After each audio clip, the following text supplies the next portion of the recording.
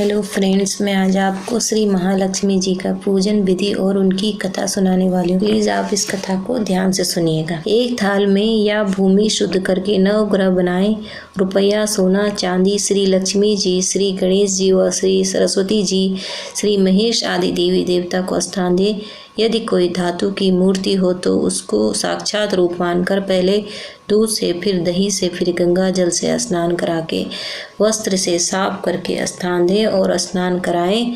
दूध, दही व गंगा जल में चीनी बतासे डालकर पूजन के बाद सबको उसका चरणामृत दें। घी का दीपक जलाकर पूजन प्रारंभ करें। अब आप इनकी कथा सुनिए। प्राचीन समय में एक नगर में एक साहूकार था।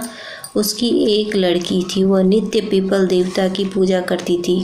उसने देखा कि श्री लक्ष्मी जी उसी पीपल से निकला करती हैं और एक दिन लक्ष्मी जी उस साहूकार की लड़की से बोली कि मैं तुझ पर बहुत प्रसन्न हूँ, इसलिए तू मेरी सहेली बनना स्वीकार कर ले। लड़की बोली, क्षमा कीजिए, मैं अपने माता पिता से पूछकर बताऊंगी। इसके बाद वो अपने माता पिता की आज्ञा प्राप्त कर ली।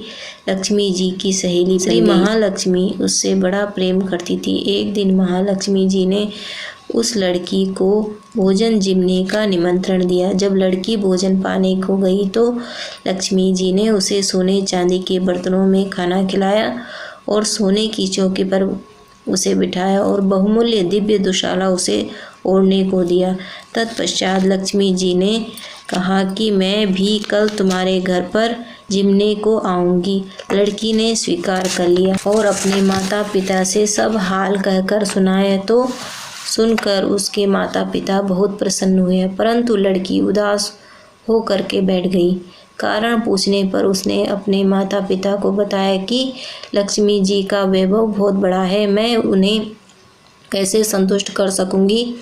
उसके पिता ने कहा कि बेटी, गोबर से पृथ्वी को लिपकर जैसा भी बन पाए उन्हें रूखा सूखा श्रद्धा और प्रेम से खिला देना। यह बात पिता कहने भी नहीं पाया था कि सहसा एक चील मंडराती हुई आई और किसी रानी का 9 लाख का हार वहीं डाल गई। यह देख करके साहूकार की लड़की बहुत प्रसन्न हो गई। उसने उस हार को थाल में रख करके बहुत बढ़िया दुशाले से ढक कर रख दिया। तब तक श्री गणेश और महालक्ष्मी जी भी वहाँ आ गए। लड़की ने उन्हें सोने की चौकी पर बैठने को कहा। इस पर श्री महालक्ष्मी जी ने कहा कि इस पर तो राजा रानी बैठते हैं, हम कैसे बैठें। बहुत आग्रह करने पर महालक्ष्मी जी और गणेश जी ने बड़े प्रेम से भोजन किया।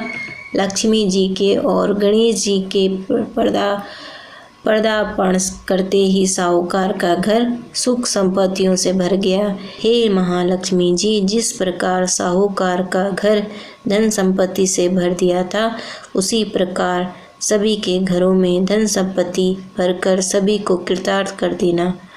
बोलो महालक्ष्मी मैया की जय। हेलो फ्रेंड्स, आपको ये कहानी कैसी लगी? अगर अच्छी लगी हो तो लाइक और सब्सक्राइब जरूर कर लेना। Thank you.